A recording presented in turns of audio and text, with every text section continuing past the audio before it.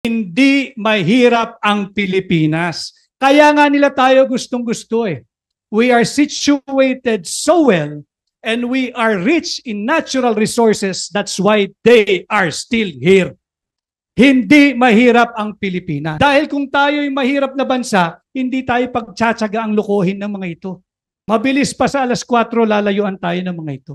Narinig ko rin kanina, ating kasama si Ado, talking about war that should be launched is war. The war that should be waged is war against hunger, against poverty, against inflation. Inflation rate ng July ay 4.4%. Lagpas doon sa pinoproject ng pamahalaan. Maraming factors. Of course, 3/4 niyan dahil sa bad governance ng kasalukuyang pamahalaan. Pero ang pinaka-tinamaan niyan ay ang mga mahihirap. 5.5% doon sa mahihirap nating kababayan. And let me just correct the very wrong notion. Huwag ho kayong maniniwala sa kwento ng mga banyaga, lalo na ng Amerikano, that the Philippines is a poor country. No! Hindi mahirap ang Pilipinas. Kaya nga nila tayo gustong-gusto eh. We are situated so well and we are rich in natural resources. That's why they are still here. Hindi mahirap ang Pilipinas. Pero totoo, kailangan tayong maglungsad ng gera against poverty. May issue tayo. Malala ang issue natin sa poverty o kahirapan. Dalawang magkahiwalay na bagay po iyon. Yung pagiging mahirap ng Pilipinas, fake news yun. Yung pagiging mahirap ng Pilipino, totoo po iyon. Dahil kung tayo'y mahirap na bansa, hindi tayo pagtsatsaga ang lukuhin ng mga ito. Mabilis pa sa alas 4, lalayuan tayo ng mga ito. But they see something na gusto nila pang higupin. Kagaya ng kasalukuyang administrasyon, hinihigop ang pera ng bayan. Huwag din ho tayong pumayag. War against corruption. Ito po ay alam kong marami rin na mga nasa kanilang tanggapan, opisina at hanap buhay. War against corruption. Yung 90 billion pesos na PhilHealth funds. Pati ba naman yung PhilHealth funds? Ninakaw nyo na nga yung higit na bulto ng 5.7 trillion budget 2024 ng Pilipinas. Hindi pa ho nabubusog talaga ito mga ito. Kukunin pa yung PhilHealth funds. Yung PhilHealth funds po, yung 90 billion, yan po ay pera ng mga empleyado na sa ayot sa gusto ho natin, deducted po iyan tuwing araw ng sahod. Kasi contribution natin yan doon sa health insurance na pinapatakbo ng gobyerno. Pera po ng mamamayan yan. Pera ng mga manggagawa yan.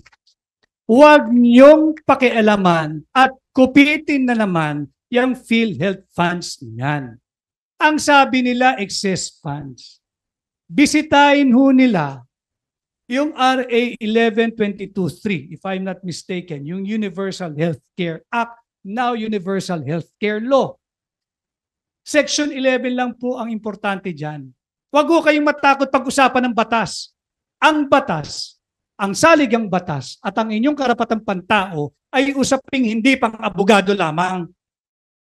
Kailangan to nalalaman ng bawat mamamayan.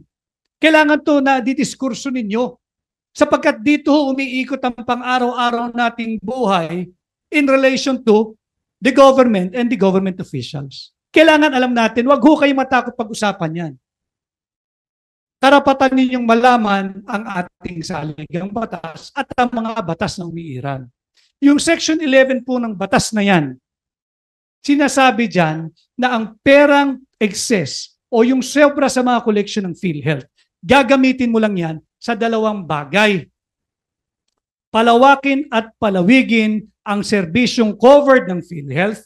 For example, there are 11 illnesses covered. Kung kaya mo nang gawing 12, 13, 14, 15 illnesses covered, so be it. So be it.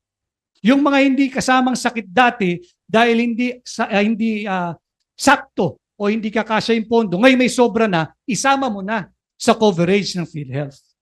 At pangalawa, kung may sobra ka pa ring pondo, yung contribution monthly ng mga direct contributors, halimbawa 5 piso kada buwan, kung kaya mo nang gawing 475 or 450 or 4 pesos, ibaba mo na. Doon mo lang gagamitin yung excess funds ng PhilHealth. Dahil katangi-tangi ang karakter ng PhilHealth, ang PhilHealth lang ang isa o nag-iisa o iilan sa may mandato na yung perang sobra for this year, hindi lang mariretain, gastusin mo, parang awa mo na for the benefit of all your members. Hindi yan para ibalik sa National Treasury na ang kanilang layunin lang ay to fund the unprogrammed appropriation, yung mga korupsyon nila. Bakit tayo ang magpopondo ng korupsyon nyo?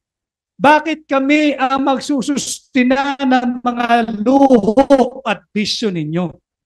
Hindi pa ba kayo nakontento sa pondo ng gobyerno na kinukupit ninyo? Ito yung mga digmaan na dapat nating ilunsad. Digmaan laban sa kahirapan, sa kagutuman, sa kawalan ng maayos na trabaho, underemployment, unemployment, corruption, inflation, and drugs. Ito yung gerang nagbibigay buhay. Ito yung gerang nagbibigay pag-asa. Hindi yung gerang kanilang itinutulak na nakamamatay. Wala ho tayong panalo sa gerang yan. Hindi natin interest yan. Hindi yan saklaw nung tinatawag national interest. Ang nangyayari po ngayon, it is already the interest of the United States ang isinusulong ng Marcos administration. And kami ho dito, we are drawing strength from you. Kami ay naririto, lumalakas ang loob dahil magkakasama tayo. At sana, pagkatapos ng ating forum ngayong araw, higit pa tayong dumami. Hindi po ito para sa akin. Hindi po ito para sa inyo. Hindi po ito para sa amin. Tapos na po tayo. Yung pinangarap nating buhay, hindi na natin makakamtan. Hindi dahil negative ang aking pananaw or pessimistic ako. Hindi yun. Totohanang usapan lang. Pero hindi tayo titigil doon. Gawin natin ito para sa kinabukasan. Yung mga batang Pilipino, yung mga grade school, high school, yung nasa koleyo, punong-puno pa ng idealism, may magagandang pangarap. Yan ang atin nalang isipin. Tayo, tapos na tayo. Kung between now and until the time that the Creator will call on us and time to depart this earth, hindi natin ay mapipigilan natin at hindi natin masasaksihan ang digmaang ating pinapangambahan. Sa tingin ko, maganda na yung buhay na ating ipamalalagi dito sa mundo. Pigilan lang ho natin ito. Huwag na nating ipadanas.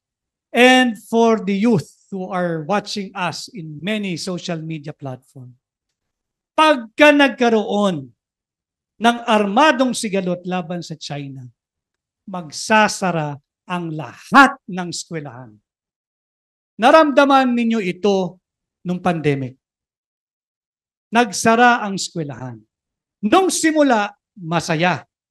Dahil sa bahay lang, walang eskwela, walang pasok. Subalit naglaon, ayaw nilang lumaking mga mangmang. COVID pa lang ho ito. Pag ang nagkaroon tayo ng gera laban sa China, titigil kayo ng pag-aaral. Kalimutan nyo na muna ang inyong magagandang pangarap dahil lahat tayo ay maghihirap. Kaya pigilan natin ito. Yung mga kabataan, pag-usapan ninyo, huwag kayong matakot. Ito ay para sa inyo.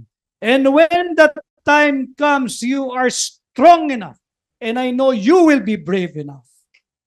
Pagpatuloy niyo yung ganitong advokasya dahil I'm sure yung generation ninyo ay haharap din sa mga pagsubok. I just hope and pray hindi ganito katindi, kundi kung paano pa lalong mapalago ang ekonomiya ng Pilipinas. Yan ang mga masasarap na pinag-uusapan.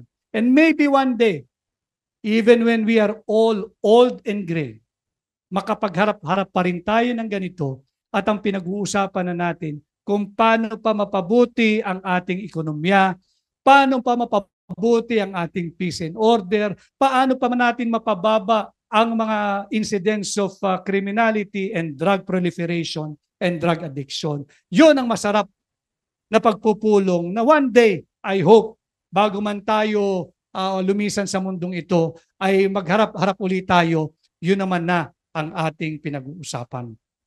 And with that, wag din ho kayong manghinaan ng loob because if we're going to use the contemporary events as a measure of any success, natakot po sila doon sa 88% rejection of Chacha. Pumosisyon ang mamamayang Pilipino no to Chacha.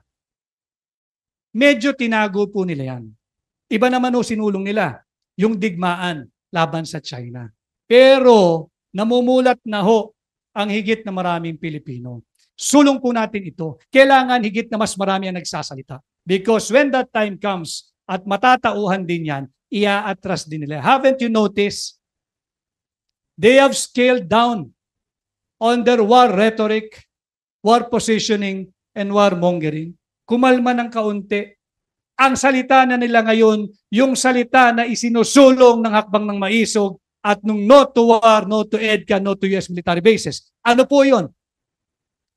Diffuse and de-escalate at itigil na yung megaphone diplomacy, rather resort to face-to-face diplomacy. Slowly, slowly. Pero hindi po tayo dapat magkampanter yan. Dahil just a few days ago, binubuhay na naman nila yung usapin na baguhin yung term limitation. Dalawa lang agenda sa buhay ng mga ito. Kung hindi lulusot ang Chacha, kailangan magkagera. Kung hindi malulusot ang gera, kailangan magka-Chacha. But best for them, lumusot yung Chacha, lumusot yung gera habang buhay na sila sa pwesto at hindi naalis yung mga yan. Kaya wag ho nating payagan, wag nating hayaan. And with that, I hope I'm able to cover much of your concern. And again, I am here and I'm confident I can speak on your behalf. We are here because we love our country. We have no other country. We have no other country except our beloved Philippines. We are here shouting no to war, no to US military bases, uphold, respect, and defend our Constitution because we want to protect our youth. We want them protected and we want to give them that kind of life that we all deserve, including us. But let reality confront us now. Tayo siguro, except yung mga ilang mas bata di hamak sa atin dito, pwede pa. Pero tayo naman na medyo nasa gitna na at medyo nasa abante na, hindi ibig sabihin sumuko na kami. Lalaban ho namin ito para sa inyo at para sa kabataang Pilipino. Maraming salamat at magandang umaga sa ating lahat.